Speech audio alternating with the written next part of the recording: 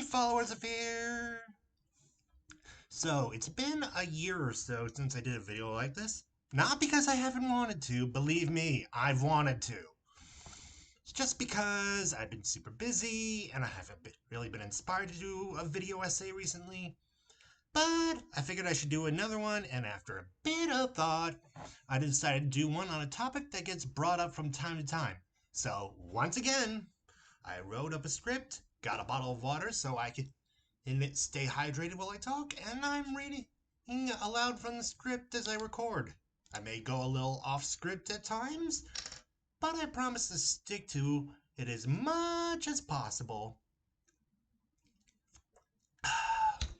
And remember, if you like what you see today, be sure to like, comment, and subscribe. You know, all that usual stuff that makes ordinary schmucks into YouTubers.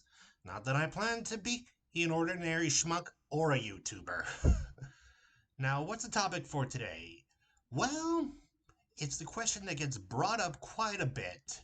Are horror fans, and by extension horror writers, dangerous? Dun dun dun. The short answer is no. Great. Glad we got that out of the way. Hope you enjoyed the video. Be sure to like and subscribe, and whatever. Just kidding. Just kidding. I'm not gonna do you guys like that.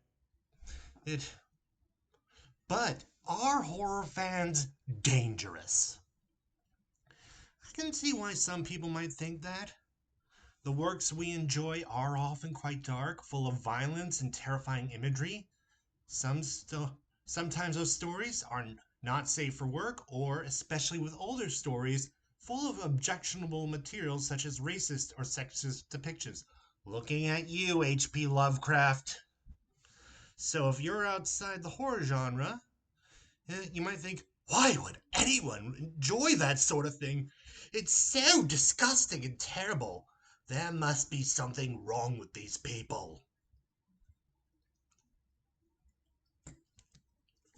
And you know, it's not uncommon that when something terrible happens, people blame horror media, along with video games or heavy metal, as the reason why people commit such horrible deeds. You know, instead of more or sensible reasons like widespread access to guns or lack of mental health resources, just to name a few. But I highly doubt horror fans in general are dangerous just because they like horror. Yeah, you could probably find violent people within the horror community, but the same could be said about any community. Truth be told, the majority of horror fans I've met have a range of personality traits and interests, but for the most part, they're quite cheery. Like me! Actually, my late friend and colleague Delaney Oakes, rest in peace. Delaney Oakes, she was a writer who wrote romance and romantic suspense, and she also did a podcast, and she would always say horror writers were among the friendliest people she ever knew. In fact, she considered me the happiest and friendliest horror writer she ever had the pleasure of talking with. Now, Delaney, she did not have any interest in horror. She hated horror. Even listening to short excerpts of horror on her podcast were almost too much for her. But horror writers and horror fans absolutely loved them, never had a word of complaint against them. God, I miss her. And I think that's because, and I'm sure if you ask a lot of other people who know horror fans, you're going to get a similar response. And I think that's because horror gives us horror fans an outlet for relieving our inner darkness. I've often said there's a therapeutic aspect to horror. I even have an entire video on that elsewhere on this channel. And I believe this applies here. When we're angry or depressed, horror fiction helps us feel better. It reminds us that no matter how bad our lives could be, things could always be a whole lot worse. And hell, for the horror writers, there's the cathartic aspect to it. Like any random person on the street, we have our anxieties, our traumas, our baggage that clog our mind. rather than suppressing all that, denying it, or, God forbid, taking it out on others. Being able to write it out in the form of a story gives us a productive way of exercising those metaphorical demons. And, as my friend and colleague Tim Wagner said in his own video on horror writers being dangerous, which I've linked in the description below, there's a thrill of being able to observe evil and dark stuff from a safe remove. You can enjoy watching a true crime documentary. You can enjoy watching a true crime documentary because you're far removed from whatever evil is being portrayed on screen. However, you would probably hate to actually be in the situation the documentary is about, even if you are fascinated by it. As Tim says, that's kind of why horror appeals to certain people. To paraphrase him, it's kind of like looking at solar eclipses. You look directly at them, you can burn your eyes out. But if you look at them indirectly, you can observe them without hurting yourself. Also, Tim, if you're watching this, hi! Thanks for putting out a video that helped me research this topic.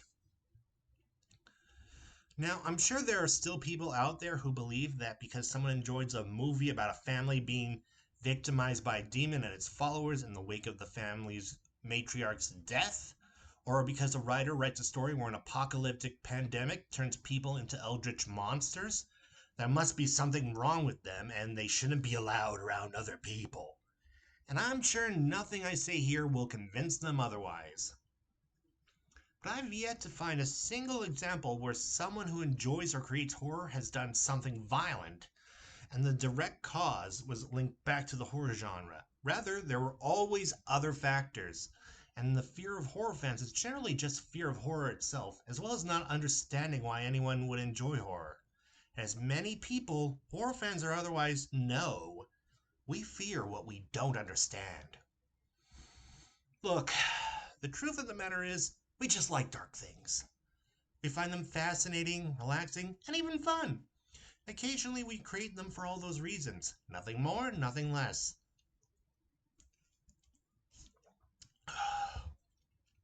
So instead of thinking that someone who enjoys a scary story or who writes about monsters in dark corners is sick and needs to be locked up, why not ask them why they like horror? You don't have to read a horror book or watch a horror movie if you don't want to, but do try to understand where we're coming from. Maybe if you do, you may lose that fear of horror fans. You may not gain an appreciation for horror media in the process, but you'll understand the appeal better. And that's all for now, my followers of fear. Thanks for watching this video, and I'll promise I'll try to do another one of these videos soon, rather than in another year or so. Also, I may try to do videos where I rank my favorite horror stories, or what horror stories someone new to the genre should check out. In the meantime, be sure to like, comment, and subscribe. All the YouTubey things. And until next time, my followers of fear, good night and pleasant nightmares.